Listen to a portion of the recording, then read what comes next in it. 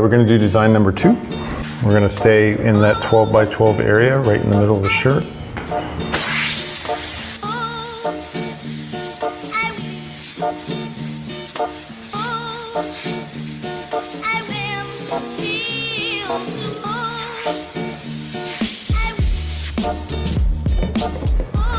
Okay, so when I'm applying the purple, I'm really far back. I want that soft fade, okay?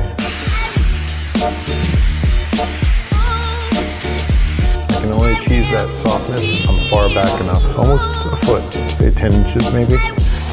Since I still have the purple, I'm gonna go ahead and do the starburst. I have them both on the top here, but I like to do it scattered, so one on top, one on the bottom. Usually, if the name is tilted up, I do the zip with the stars, and you can see I do my stars maybe a little different than most airbrush artists. I do rat tails in every direction. I just do a really thin line and cross them. It saves time, and I think it still looks equally good. One thing's for sure, if I did rat tails in this direction and then that direction and that, they wouldn't all line up perfectly. This way at least you know they're gonna line up. So I start with a heavy dot and then I back up and I get that nice fade again.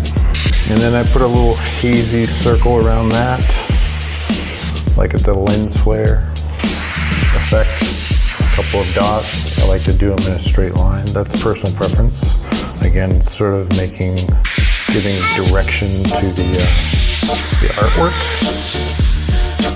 I start big and I go small. Start big, go small. Start big, go small. That's personal preference, but that's how I do my stars. And still have the purple in my hand. I'm gonna do the drop shadow.